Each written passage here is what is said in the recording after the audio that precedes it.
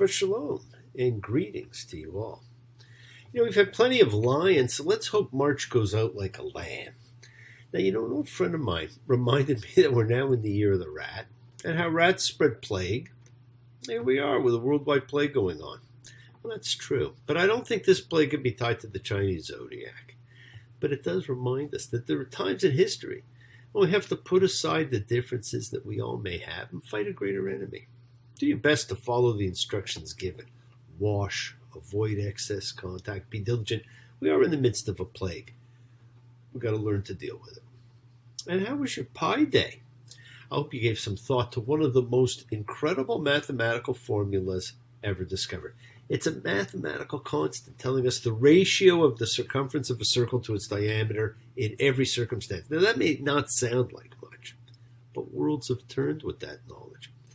The Babylonians and the Egyptians understood pi, and they used it in their construction. And the past week not only gave us Pi Day, it gave us something else. How was your Ides of March? Special day in history. Now, the Ides were the 15th day of March, May, July, and October, and the 13th of other months in the Roman calendar. And it was one of 3 days that was always used in measuring monthly time. And of course, we beware the Ides of March because of the murder of Julius Caesar, following his wife Calpurnia's dream of his assassination. This week marks another special day of the year. We have the spring equinox. The sun exits Pisces and it enters into Aries. At this moment, not only do we have the spring equinox, but also the astrological and cosmic new year. It's one of the most important 4 days in the year, the beginning of spring, that always heralds love and newness and birth and creation. Spring has sprung. Well, I've really been stung. There ain't no reason to doubt it. I'm really in love. Cupid gave me the shove. There ain't no two ways about it. I feel just like a lovesick fool. Mother Nature now, don't be cruel, because spring fever has got me so in love with you. And the first day of spring is also the Persian New Year, Nowruz, which may very well go back to Zoroastrian times. A fascinating, opposing kind of like religion, bipolar, with the belief in balance and two sides. There's good and bad, there's truth and lies, there's heaven and hell. It's two paths we could walk. Now, it's about as old, if not older, than Judaism. So happy New Year, Persia, and it's a religion worth reading about. Now, friends, ancient rabbis believed there were also two paths, but they saw them just a little bit differently. One, everything is for the good. Maybe not immediately, but eventually. And we've all experienced that in our lives. The other, everything is truly good because it stems from God, and we just need to hold on and ignore the phantoms of our limited vision so that we develop the eyes to see and the heart to understand. It is your faith that helps determine which path you're on. And of course, the spring equinox marks a change in season, and man has observed and celebrated the turning points of the solar seasons for thousands of years. Our ancient brethren the world over carved on stone markers a circle with 2 lines, cutting the circle into 4 to mark the solstices and equinoxes. We still remember them. It's the first days of spring, summer, winter, and fall, and we continue to note them, to think of them and what they usher in. But because the Jewish calendar is primarily lunar, it has less indications today that we might once have celebrated these solar dates as sacred days. And they are clearly named in the Talmud. Tekufat Nisan, the spring equinox, when the sun enters Aries. Tekufat Tammuz, the summer solstice, when the sun enters Cancer. Tekufat Tishrei, the autumn equinox, when the sun enters Libra. And Tekufat Tevet, the winter solstice, when the sun enters Capricorn. Tekufat It means turn or cycle. They were considered very powerful days, and two of them still highlight the holiest days in the year and are specifically referred to in the Torah. Now, we celebrate these special days with blessings for the changing seasons, and kavanot, the prayerful intentions for crossing from one time to another. Now, they're not new. They're based on very old traditions which you may want to reincorporate into your own spiritual practices. I know we do a change of seasons ritual 4 times a year. Each of the 4 seasons represents change in time corresponding to meanings that occur in life. The summer solstice, which is about loss and abundance. The autumn equinox is the link between earth and heaven. Winter solstice is all about our search for light. And having found it, we now have the spring equinox, the triumph of life, its renewal. This is Tekufat Nisan, the spring equinox, referred to in the Bible as the first day of the year. An equinox is different, of course, from a solstice. A solstice was a halfway point. A cycle reached a halfway point and started back, but an equinox is the beginning. Everything is in balance, everything is equal, everything is new. There are only 2 points in the year when the world is in complete balance. So blessed are you, Lord our God, who guides the world, who makes creation, whose wisdom changes the times and turns the seasons. As long as the days of the earth endure, planting and harvest, cold and heat, summer and winter, day and night shall not cease. Blessed are you, divine presence, who blesses the ears. And remember, my friends, Judaism and all of its prayers is based on intention. And so we have to think about our intentions for the seasonal transitions. Kavanot latekufot. For the spring equinox, we take the intention from the Song of Songs, very famous piece. Arise, my beloved, my fair one, come away. For now the winter is past, the rains are over and gone, the blossoms appear in the land, the time of singing has come. The song of the dove has heard the land. Now, in speaking of the paths we choose, it reminds me of something the great French Renaissance philosopher Michel de Montaigne, who wrote about the arrogance of man, said, "My life has been filled with terrible misfortune, most of which has never happened." Now, most of the things we do worry about never does happen. We let fear rule our lives.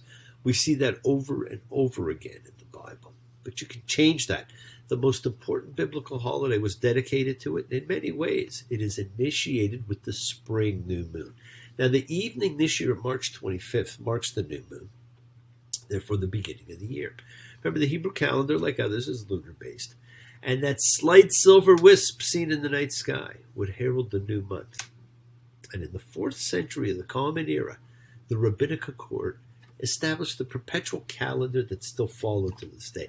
The Talmud tells us many things about the moon. Its size, its role, its symbol.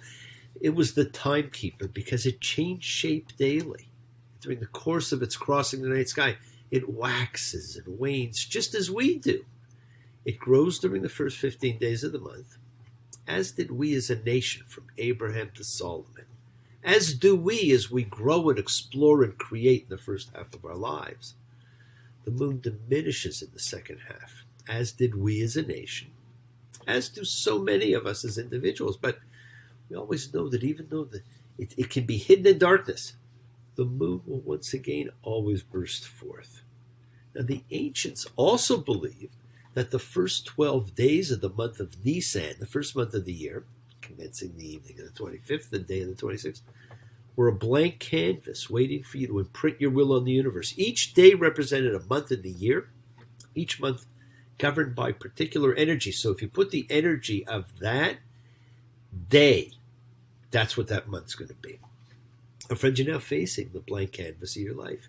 Each of the 12 days from the 1st of Nisan gives you an opportunity to imprint your will on your life path. When you understand each day's energy, you do something to cultivate the energy that day for it to manifest when the month arises in the year. And you get to reset this every year. How cool is that? Now, I like to look at the 12 days of Nisan, kind of like the 12 days of Christmas. Well, you can have anything you want, but you have to do it in a certain order if you want it to work right. And it sets you up for the ultimate celebration of freedom, Passover, which comes 2 weeks after you begin the process. We have our annual booklet available. And I've had several requests for it already, and I'll remind you that the booklet tells you what each day is, it helps you organize what you want your year to be like. And the booklet will be available this week for anybody who either sends an email or calls or requests it. It guides you in developing freedom of creativity, security, communications, emotional well-being. You name it, it's in there during these first 12 days. It's a time that we come together to mark a really significant occasion as we come together every week as a group of like-minded, like-souled fellows seeking unification of spirit. Remember, it's not in a religious sense, but as kind, caring human beings, and we need to be kind and caring more so now than ever before, right? We need to exhibit, decency among men. It's that collective consciousness of seekers who come together and showing a faith, of love, a community, a chavura, a fellowship, expressing our nature of kindness, compassion, thoughts, feelings, hopes, dreams, and wishes. Unites us all in this community house of spirit, Beth Ruach. So once again, invite everybody, physically, psychically, emotionally, or spiritually to gather and share. From Psalm 133, Hine Matov. Hine Matov. Shemitachim gam yach. Hine Matov. Shemitachim gam yach. How good, how pleasant it is for brothers and sisters together. Community.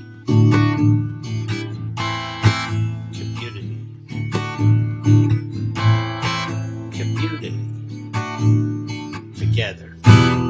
Let's all spread love, goodwill, and fellowship to the world together, my friends. Remember, this is your setting aside just a little bit of sacred time in your sacred space to honor and converse with whoever, whatever you happen to believe in. It's a part of your Kavanaugh, your intention that you put out to the universe. It is your goodwill. Let's take some time now to send some of that goodwill, some light, and some healing out to whoever you know that needs it. The world needs it. Healing and renewal for everyone. It floats through space, finding those in need. So send it out. For those you know and for the souls and spirits of everybody you love. So think of whoever that needs healing, renewal, and love, or just plain goodwill. Focus on them. Call their names. It's not just for people. It's for our pets, for the earth. It is the healing of the world. The tikkun olam that's part of our spiritual genetic makeup. Let's send thoughts and energy for health and renewal for everybody in need. For those in our hearts and our minds. For Colin, for Tally, for Dan, for Bob, for Cassie, for Myra and Maria, for Ursula, for the bee. Friends, it is the kindness, the healing wishes, goodwill, and love we all send out. It circles the world, finding those in need. So thank you, each of you, for all you do, for all you care. Because the world is a world of spirit, and spirit, my friends, never dies.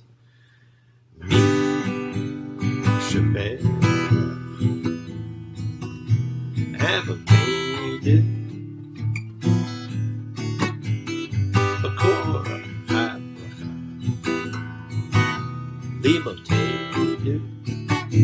May the source of strength bless the ones before us. Help us find the courage. Make our lives a blessing. The renewal of body. The renewal of spirit. Let us say, Amen. Mishaberach, let us all have our spirits renewed. This is the great prayer for healing, my friends, in which we call upon God to heal as He has healed before. Mishaberach, may He who blessed. Because healing is a blessing. Let's all send and receive healing and renewal energy in our efforts to love, to share, to care, to grow. Now we've reached the end of the book of names, the book of Exodus. The people have left confinement, a generation unlike any other in history. It's about to undergo a journey many are still on. To overcome fear, find your promised land. Now this week we read another double parsha. Vayakhel and pekudei, and he assembled and accounts. Now there's a lot here. This parsha covers the preparations for the making of the tabernacle and its construction, the making of the ark, the menorah, the altar of incense, the anointing oil, the altar for the burnt offering, the court of the tabernacle, the vestments of the priest, and it talks about the cloud and the glory. We see the construction and the coming to fruition of the objects previously described. The ark comes to life before us as the sides, the rings, the golden cherubim take form. The brilliant menorah takes shape. the incense is made, the tabernacle, the breastplate of Aaron, the horned altar of burnt offerings at the heart, the Holy of Holies. They're all great, but I want to briefly focus on just two before I talk about what I really want to point out from this week. And those two are the ark and the cloud and the glory. Now, the ark is something everybody understands automatically. It's engraved in everybody's mind. Exodus 37:1. And Bezalel made the ark of acacia wood. Its length 2.5 cubits, and its width 1.5 cubits, and its height 1.5 cubits. Now, Bezalel continues to figure in Hebrew tradition as the archetypal, dedicated artisan. And we see the ark as he builds it.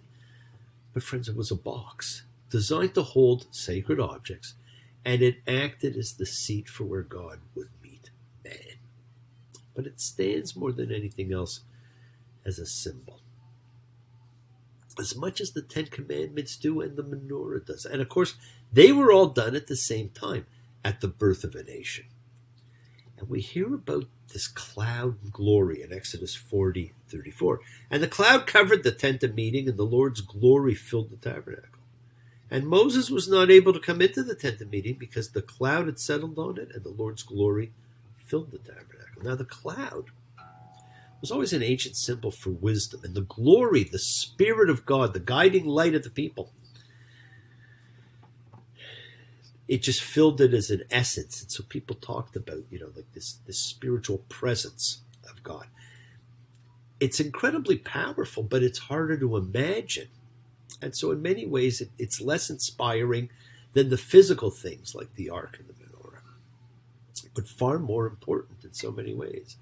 I've looked at clouds from both sides now, from up and down, and still somehow it's clouds illusions I recall. I really don't know clouds at all. Now, the cloud and the glory appear to be virtual synonyms at some point, or at least overlapping terms. Now, the Lord's glory, kavod, is clearly described here as a palpably concrete manifestation of the deity, for all the metaphysical attributes that later theology would attach to it. It may have been imagined as a kind of mantle of light enveloping God, with the cloud giving off a luminosity by day, parallel to the fire by night. Now, this cloudy, shining effect is so daunting to behold. Even Moses does not dare enter the tent until the cloud lifts. But the Parsha begins with an incredibly powerful statement. Moses assembles the people, and he says, Exodus 35:2, 6 days' work shall be done, and the seventh day you shall have a holy thing, a Sabbath, a ceasing to the Lord. Anyone who does work shall be put to death. Now, of all the incredible things in this Parsha and in the book, this is it. The Sabbath was the most important event and the most important of the Ten Commandments. We are even told on several occasions, if you could only do one, that's the one. Why was it? Is it so important? What is it? Well, it was the social distancing before there was social distancing. We think of it as being when God rested. Well, I got another clue for you all. It's God. God doesn't get tired. God doesn't need to rest. That's simply our anthropomorphizing God. We need to rest, so we project it upwards. The Sabbath is about separation and sanctification of time. It's about peace and respite, about family, and about community. Shabbat, Sabbath, a word that means ceased, not rested. God ceased. God stopped. And we must cease too from our daily activities. God does not need to regenerate, but we do. Ceasing allows us to stop and regenerate. Ceasing allows us to connect or to reconnect, to get to know and understand our family, which should be the most important relationship in your life, but today it's just too often thrown in the rubbish pile of casual acquaintances. There's a reason for everything, and there's a reason you have the family that you have. And you're always given the opportunity to repair the damage that might have been done to you, to others, you to yourself. Take advantage of the ceasing and reach out to those who should be and probably are there for you, whether you know it or not. Probably the silver lining in this plague that we are all enduring right now is the reconnection to family, the Sabbath. Now, I'm not telling you to take the rules as they've changed over time. Sometimes so stringent they make no sense to a lot of people, and sometimes so contradictory that they can be offensive. But what are the key things we do to remember and sanctify this time? Well, it's our recreation of sacred time in our sacred space. That in itself is a pure imitation of the actions of God. We cease work. We redefine ourselves, our focus shifts. We honor and give thanks and gratitude to our Creator, whoever that may be, whatever that may be. And we spend time with the people in our lives. And what do? We light a candle. Candle gives us light. It keeps fear at bay. We drink wine. We eat bread. The staples of life: light, food, water. And we wash our hands. It was always symbolic of washing away the impurity of life as we washed away the dirt and impurity of the day, as we do now more than ever before. Now, I had a fantastic reminder from one of my greatest teachers, something touched on last week and continued, the hand washing and feet washing of the priest, and how we wash our hands now for Sabbath. And I was reminded, our hands are only clean if we do good with them. And our feet are clean if we are going in the right ways, in the right direction.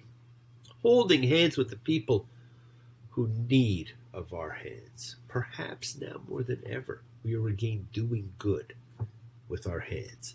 Thank you. Friends, your journey might have temporarily stopped, but every paused journey will eventually restart. The blessing in this whole business about the isolation is we're all recreating Sabbath time now, and we're getting to know our families again, and that's fantastic. So yes, my friends, the world is sacred. So it's everything in it. Express your gratitude, light a candle, make a wish. Celebrate your life, the lives of those you love, share your feelings with them. Live free, be free, honor your freedom, be well, be happy, be blessed. Share and honor the light, and all who live in the light and continue to shine. Continue to send everybody you know goodwill and love. Pray for peace and freedom for everyone, and end to terror and hatred. Remember, friends, we're our community. We learn together, we celebrate each other, we love each other, we share this ride together, men and women equally. So let's send out love, not fear, send out peace, harmony, goodwill, and healing to all who need it. Please do learn to forgive and learn to love, including yourself. Open your hearts, honor the relationships of your life. Tell those you love that you love them. Take advantage of the time you have and enjoy the journey, because we take the twists and turns and the patterns that weave through the fabric of our lives in our efforts to grow, to learn, to be, to love. So please do love. God bless you all. Have a fantastic week, a week of love and light, a week of peace, a week of miracles. Examine your intentions and use them to imprint your will on the universe, because we set in motion everything that happens in our lives, my friends. Our intention, our Kavana, our cause, our effect, everything's linked. As I said, you always have time to forgive and to be forgiven. You have the knowledge of what's good and bad, so acknowledge what you've done wrong to yourself, to God, and to any person you've wronged. Ask forgiveness, but do so with sincerity, with accountability, and vulnerability. Forgive those who've hurt you as you learn to be forgiving and compassionate, because the secret of forgiveness, compassion, and peace is in acceptance. Can you accept yourself, other people in the world just as they are? Can you accept life just as it is without trying to control it? If you do, you can experience the peace that acceptance brings. So do not stop your journey. Do not stop moving towards your promised land. It is your home. Keep on dreaming, keep on being, keep sharing, keep shining, keep teaching, keep spreading joy and goodwill, and do not follow fear, follow love. It's always in front of you. And remember to have faith and unwavering adherence to principle, just as I have faith in the principle of love and of all of you. Act with purity of heart and mind. Despise none, defraud none, hate none, cherish all. Honor every child of God, every creature of the earth. May all people know peace in this year, and may you nurture kindness and love everywhere. Work to be present in the body. Expand your heart, quiet your mind, because the deepest source of real power, my friends, lies in consciousness and your ability to be mindful, to be aware, to be present in all of life's circumstances. Make the most of your time in this life. Continue to touch and transform the lives around you, because you're never alone. You're forever blessed and have the ability to bring blessings to everybody you meet. Health, love, renewal to everybody you come across. We're all energy. Energy cannot be destroyed. It can only be transformed. Your words are your power to transform, to love, to bless. So be generous with them. Bless others and bless yourself and love with the heart, because we're all part of a greater whole. Embrace love, not fear. Forgiveness, not anger. And be there for someone, because someone will always be there for you, whether you know it or not. Continue to explore faith and belief in what they mean to you, and never accept shame as a natural state. Whatever you feel others have felt, whatever you've experienced others have too. We share together. We learn together and we help each other. We are each of us trying to find love and acceptance and support we all have or could have. That special someone in our lives, so find them. Tell them what they mean. Remember, you're never alone on your journey to your promised land. Watch your words. They hurt you, they heal you, they imprison you, and they free you. Keep forgiving those you need to forgive, and keep asking forgiveness from those you need to ask forgiveness of. And listen to the voice of God as he, she, it talks to you, whatever it happens to be for you. And think about the life you want. Spend some time reconnecting with those that mean the most, your family. Do the Shabbos thing. It was social distancing before it was cool. The Lord protect and defend. May he always shield you from shame. May you come to be in Israel a shining day. May you be like Ruth and like Esther. May you be deserving of praise. Strengthen them, O Lord. Keep them from the stranger's ways. May God bless you and grant you long lives. May the Lord fulfill our Sabbath prayer for you. May God make you good mothers and wives. May he send you husbands who will care for you. May the Lord protect and defend you. May the Lord preserve you from pain. Favor them, O Lord, with happiness and peace. Hear our Sabbath prayer. Amen. Now, this is one of the great songs from Fiddler, the Sabbath song. Thank you for joining me. Have a great spring. Make the most of trying to reconnect to Sabbath with your family. And if you want the booklet for the 12 days to change your life, send me an email and leave a message, and I will send it off to you right away. Shabbat Shalom and blessings to you all. Take care. Thanks.